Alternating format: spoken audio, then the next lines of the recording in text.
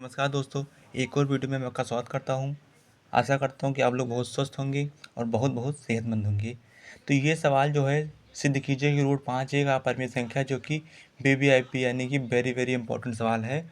बार बार ये पूछा जाता है यूपी बोर्ड में, हर बोर्ड में पूछा जाता है क्वेश्चन, सीबीएसई बोर्ड हो या कुछ हो, पूछा ही जाता है।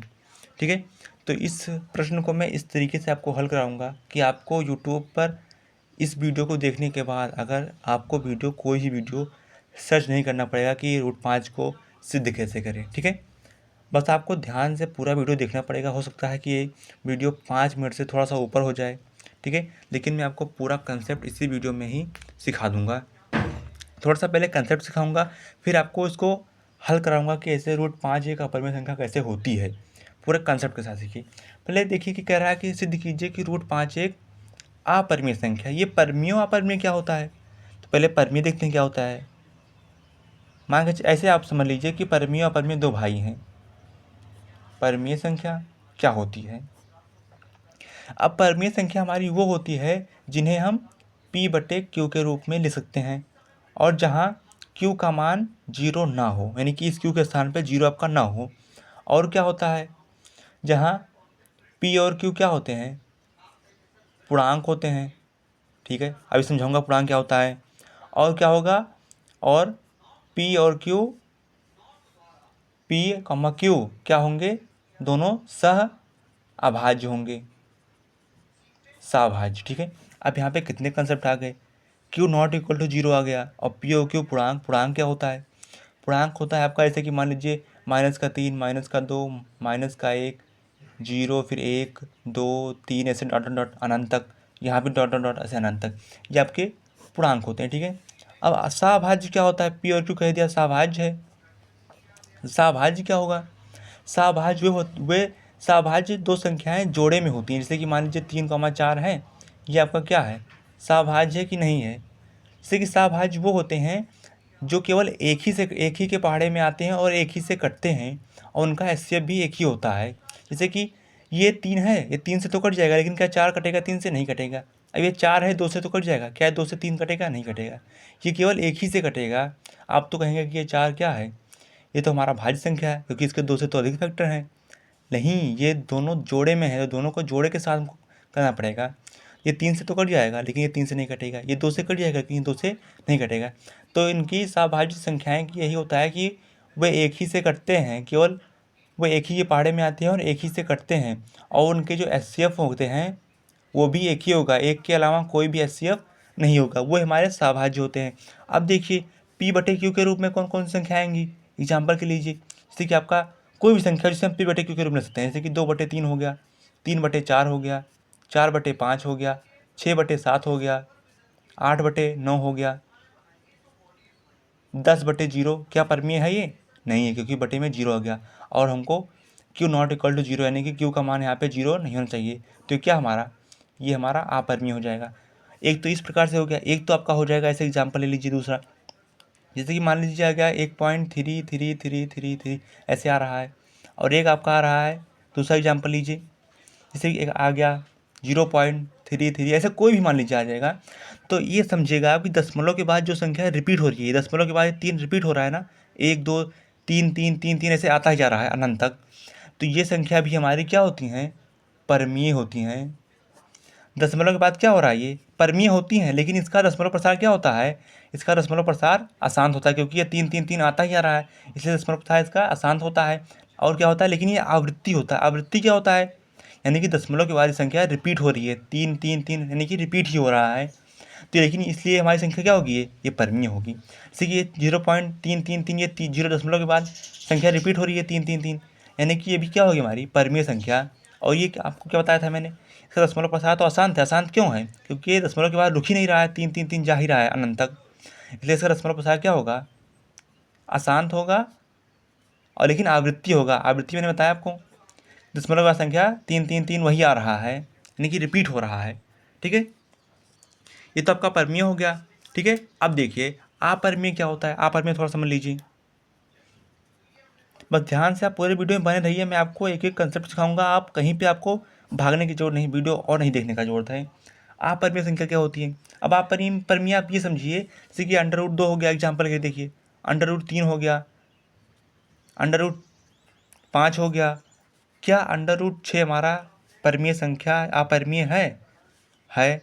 क्या √4 हमारा अपरिमेय है? नहीं है, क्योंकि इसका मान तो 2 आ रहा है। अब 2 को हम परिमेय हमारा है, क्योंकि 2 को हम 2 के नीचे बटे में 1 कर सकते हैं, और क्यू का मान 0 नहीं है, 1 है, तो हमारे क्या हो जाएगा? ये परिमेय हो जाएगा। इसलिए ये 4 हमारा परिमेय नहीं है, ये हमारा परिमेय है, अपरिमेय नहीं है। ठीक है, ये हो गया एक प्रकार का एग्जाम्पल, तो ये हो गया। और एक प्रकार का एग्जाम्पल आपका इस प्रकार से आता है, जैसे कि देखिए, मान लीजिए आपका आ गया कि 0.10, फिर 100, 1, फिर 000, ऐसे आ जाता है। मतलब कि ये ना तो रिपीट हो रहा है, ना ही कहीं पे रुक रहा है, ये जाता अनंत तक जा रहा है, और लेकिन रिपीट भी नहीं हुआ। दशमलव के बाद 1 आया 0, फिर 100 आ गया, फिर 100, यानी आता ही जा रहा है। तो ये हमारी क्या होंगी? ये हमारा अपरिमेय होंगे। क्या होंगे? अपरिमेय होंगे। लेकिन और इसका दशमलव प्रसार इसका अशांत होगा, क्योंकि संख्या रुक ही नहीं रही है, अशांत होगा। और क्या होगा? अनावृत्ति। अभी बता रहा हूँ अनावृत्ति क्या होता है। अनावृत्ति क्या होता है? यानी कि दशमलव के बाद संख्या कोई रिपीट ही ना हो। जैसे कि उसमें आ रहा था, इसमें 3 रिपीट हो रहा था, लेकिन इसमें रिपीट नहीं हो रहा है। इसमें 1 आया, फिर 0, फिर 1, फिर 00 आया, फिर 1, फिर 000, ऐसे आ रहा है। इसका दशमलव प्रसार क्या होगा? अशांत होगा। ठीक है, यहाँ तक कोई दिक्कत नहीं होगा। चलिए आगे बढ़ते हैं। मैं आशा करता हूँ कि आपको यहाँ तक तो कोई दिक्कत नहीं होगी। अब चलिए हमारा जो प्रश्न है उसको कैसे हल करेंगे। कह रहा है कि सिद्ध कीजिए कि √5 एक अपरिमेय संख्या है। कह रहा है कि √5 एक अपरिमेय संख्या है। ठीक है, कह रहा है कि हमको तो पता है कि √5 एक अपरिमेय संख्या है, लेकिन कह रहा है कि इसको सिद्ध करके दिखाओ कि √5 एक अपरिमेय संख्या है। तो कह रहा है कि अपरिमेय है, कह रहा है इसको अपरिमेय सिद्ध करके दिखाओ। तो इसका हम उल्टा मानेंगे कि माना √5 एक अपरिमेय कह रहा है सिद्ध करके दिखाओ, तो कहेंगे √5 एक परिमेय संख्या है, मतलब माना परिमेय संख्या है। ठीक है, अब जब हमने √5 को एक परिमेय संख्या मान लिया, तो परिमेय का रूल क्या था? इसे हम P/Q के रूप में लिख सकते हैं। तो √5 को क्या हम P/Q के रूप में ले सकते हैं? बिल्कुल ले सकते हैं। और Q का मान 0 नहीं होना चाहिए, जहाँ P व Q क्या है? सहअभाज्य है, सहअभाज्य है। ठीक है, बताया मैंने सहअभाज्य क्या होता है आपको। और Q ≠ 0 हो गया। अब देखिए इसमें हम थोड़ा सा तड़का लगाते हैं, बस आप समझते चलिए यहाँ से। अब हम इसको अब हम इसमें कुछ भी कर सकते हैं, जैसे समझिए ध्यान से यहाँ से। अब हम इसमें करेंगे दोनों पक्षों का वर्ग करने पर, दोनों पक्षों का। अब जब मैंने परिमेय माना, तो क्या हम इसे P/Q के रूप में तो लिख ही सकते हैं, क्योंकि परिमेय संख्या क्या उसका रूल कहता है, जिसे हम P/Q के रूप में लिख सकते हैं। दोनों पक्षों का वर्ग कर दो, वर्ग करने पर। ठीक है, अब देखिए जब वर्ग करेंगे तो √5 का वर्ग हो जाएगा, और यहाँ से P/Q का होल स्क्वायर हो जाएगा। अब किसी भी संख्या रूट के अंदर कोई भी संख्या का स्क्वायर करते हैं तो वो रूट हट जाता है। ठीक है, तो √5 का स्क्वायर है तो 5 रूट हट जाएगा, केवल 5 आएगा। अब P स्क्वायर हो जाएगा, और यहाँ से ये क्या हो जाएगा? Q स्क्वायर हो गया। ठीक है, अब देखिए यहाँ से अब हम क्या करते हैं, अब यहाँ से ध्यान से समझिएगा आप। अब जब Q स्क्वायर है, क्या मैं Q स्क्वायर को इधर ले आ सकता हूँ? इधर इसकी ये भाग कर रहा है, Q स्क्वायर भाग कर रहा है इधर। अगर मैं इधर इसको ले आऊँगा तो गुणे में हो जाएगा। तो इधर ये इधर क्या कर रहा था? भाग कर रहा था। इधर आएगा तो गुणे में हो जाएगा। Q स्क्वायर बराबर P स्क्वायर तो था ही अपने स्थान पे, केवल मैंने इसको यहाँ से उठा के, मतलब कि यहाँ ले आया, मैंने यहाँ पे उतार रहा हूँ। तो 5 के इधर ये भाग कर रहा था, इधर आया, इसके गुणे में हो गया। अब देखिए Q स्क्वायर हो गया, अब P स्क्वायर। अब ये 5 क्या था इधर, इसके गुणे में। बस आप ध्यान देखते चलिए, इसी प्रकार से होगा, कुछ इसमें सीखना पड़ेगा आपको। अब 5 इधर क्या है, इसमें गुणे में है, इधर लाएंगे तो क्या करेगा? ये भाग करेगा। 5 इसको 5 उधर लाए तो बटे में 5 हो गया। ठीक है, P स्क्वायर बटे में 5 हो गया। अब देखिए ये 5 तो हमारा P स्क्वायर को विभाजित कर रहा है, 5 हमारा P स्क्वायर को डिवाइड कर रहा है। ठीक है, तो क्या लिखेंगे हम लिखेंगे कि 5 P स्क्वायर को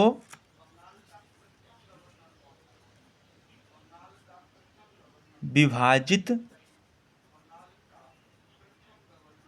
करता है। तो क्या हमारा 5p को भी विभाजित करेगा? तो 5p को भी विभाजित करेगा। क्यों करेगा? अब हमारा 5p स्क्वायर को विभाजित कर रहा है तो p को क्यों करेगा? जैसे कि आप समझिए, यहाँ पे ध्यान समझिएगा। जैसे कि कोई संख्या हमारी मान लीजिए 8 का स्क्वायर है, क्या उसको 8 से विभाजित कर देगा? जैसे कि 8 उसका मतलब क्या होता है? 8 है 64। अब ये आपका 8 है तो 8 अट्ठाईस 64 काट दिया। अब वही कह रहा है कि अगर 8 का स्क्वायर है तो कोई संख्या 8 हमारी है, तो क्या उसका, अगर कोई संख्या है उसका स्क्वायर विभाजित हो रहा है तो क्या वो संख्या जो रहेगी वो नहीं विभाजित होगी अपने आप में? तो 8 एकम 8 8 एकम 8 हो गया ना। तो 5p को भी विभाजित करेगा। चलिए हम आगे बढ़ते हैं। थोड़ा सा इसमें हम तड़का और लगाते हैं। हम यहाँ मान लेते हैं कि माना, चलिए अब हम मानेंगे यहाँ पे एक थोड़ा सा और इसमें ट्विस्ट लाते हैं। हम माना p बराबर यहाँ पे लिखेंगे, p बराबर अब 5c लिखेंगे। अब आप कहेंगे कि ये 5 कहाँ से आया और c कहाँ से आया? पहले इसको लिख लीजिए। जहाँ c कोई पूर्णांक, मैंने बताया था आपको पूर्णांक क्या होता है, पूर्णांक है, ठीक है। अब p बराबर 5c, यानी कि इस p के साथ p बराबर हमने मान लिया 5c। अब 5 रूट 5 को सिद्ध कर रहे हैं तो यहाँ पे 5 लिखेंगे, और अगर रूट 6 लेते तो यहाँ पे केवल 6 लिखते, और c आपको अपनी तरफ से यहाँ पे बस मान लीजिए आपको ऐड करना है, ऐड कर दीजिए यहाँ से, ठीक है। अब यहाँ पे मान लिया। अब वही करेंगे हम कि दोनों पक्षों का वर्ग करने पर उसी प्रकार से वही तड़का ऐसे में लगाएंगे, ठीक है। अब क्या हो जाएगा, यहाँ से p का स्क्वायर हो जाएगा। अब यहाँ से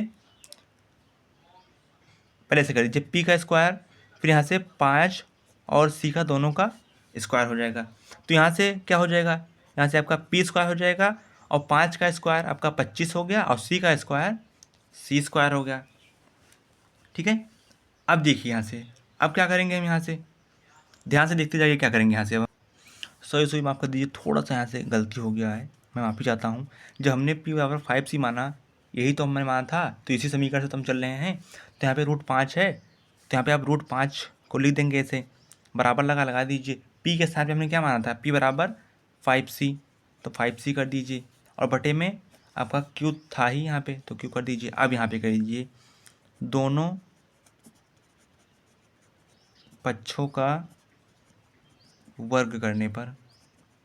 बस आप देखते जाइए, थोड़ा सा गलती हो गया था पे, और कोई दिक्कत नहीं है। अब देखिए रूट 5 का स्क्वायर करेंगे, और यहाँ से आपका 5c और q का इसका होल स्क्वायर हो जाएगा, ठीक है। यहाँ से अब देखिए मैंने बताया था आपका, अगर कि रूट कोई संख्या है रूट के अंदर है, उसका स्क्वायर है, तो रूट हट जाएगा, केवल 5 आएगा। और इसका ये आपका हो जाएगा दोनों पे स्क्वायर, यानी कि 5c का भी स्क्वायर है और q का भी स्क्वायर है, तो मैं इसको एक एक कर लेता हूँ। 5 का स्क्वायर कितना होता है आपको 25, और c का स्क्वायर c स्क्वायर हो जाएगा, और यहाँ से q स्क्वायर हो जाएगा, ठीक है। अब आइए यहाँ पे, आप यहाँ पे देखिए, अब देखिए यहाँ से क्या आपका बचा, 5 बराबर 25c स्क्वायर बटे में q स्क्वायर। अब देखिए हम क्या करेंगे, यहाँ से अब c स्क्वायर क्या है इधर, चलिए q स्क्वायर है क्या है, इसके बटे में उधर आएगा तो गुणे में कर देंगे। तो यहाँ पे क्या हो जाएगा, 5 इधर इसके बटे में था, उधर गुणे में लेंगे, दूसरा स्टेप उतारेंगे, तो यहाँ पे 5q स्क्वायर हो जाएगा, यहाँ पे बचेगा 25 का c स्क्वायर। तो यहाँ से अब करेंगे थोड़ा सा, बस बढ़ाते जाइए इसको। अब q स्क्वायर बराबर क्या हो जाएगा, 25, यहाँ से c स्क्वायर था, अब 5 क्या है इधर गुणे में है, इधर आएगा तो क्या करेगा, ये भाग कर देगा, तो 5 एकम 5, 5 बचे 25, यानी कि q स्क्वायर बराबर कितना आ गया, 5c स्क्वायर, ठीक है। अब यहाँ से देखिए ये q स्क्वायर है, इधर ये 5 क्या है इसके c स्क्वायर के, इधर गुणे में है, इधर आएगा तो ये भाग करेगा, 5 भाग आ गया, बराबर c स्क्वायर हो गया। अब देखिए 5 लिखेंगे यहाँ पे, उसी प्रकार से लिखेंगे, 5 हमारा q स्क्वायर को विभाजित कर रहा है, 5 कॉमा q स्क्वायर को विभाजित करता है तो हमारा 5 क्यू को भी विभाजित करेगा। मैंने आपको समझाया था वहीं पे, मैंने आपको समझाया था यहाँ पे। देखिए इसी प्रकार से तो मैं यहाँ पे भी उतारा। अब देखिए अब हमारा 5 क्यू को विभाजित करता है और 5 पी को विभाजित करता है, यानी कि 5 जो हमारा क्यू पी बटे क्यू है ये 5 से विभाजित हो रहा है और क्यू भी 5 से विभाजित हो रहा है। तो इसका एचसीएफ कितना होगा? इसका एचसीएफ तो ये 5 हो जाएगा। और लेकिन इसका सहभाज्य हमने जब माना था तो उसका एचसीएफ तो 1 होना चाहिए था, लेकिन ये पी भी 5 से विभाजित हो रहा है। ये देखिए यहाँ पे 5 पी को विभाजित करेगा, 5 भी पी से विभाजित हो रहा है और क्यू भी 5 से विभाजित हो रहा है। तो यानी कि इसका एचसीएफ कितना हो गया? इसका एचसीएफ 5 होगा, ना कि 1 होगा। तो यानी क्या हो गया? लेकिन इसका एचसीएफ तो 1 होना चाहिए था क्योंकि सहभाज्य था। सहभाज्य का क्या होता है? एचसीएफ भी 1 होता है और 1 ही से कटता है। लेकिन इसका एचसीएफ तो कितना आ गया? 5 आ गया। यानी कि जो हमने माना था क्या हो गया? असत्य हो गया। ठीक है, तो लिखेंगे हम, चलिए लिखेंगे चूँकि थोड़ा सा लिखने वाला कहाँ यहाँ पे है, चूँकि P और Q दोनों 5 से विभाजित है, विभाजित हो गया, इसलिए P, Q सहभाज्य नहीं है। सहभाज्य के लिए क्या चाहिए था? वो संख्या केवल 1 ही से कटती है, उनका एचसीएफ भी 1 होता है और पी ओ क्यू 5 से विभाजित हो गया। तो हमारी ये पी ओ क्यू हमने परमीय माना था, सहभाज्य हमने कहा था, तो ये सहभाज्य नहीं है। इसलिए अतः हमारे द्वारा माना गया कि √5 एक, हमने माना था ना √5 एक परमीय संख्या है, वो असत्य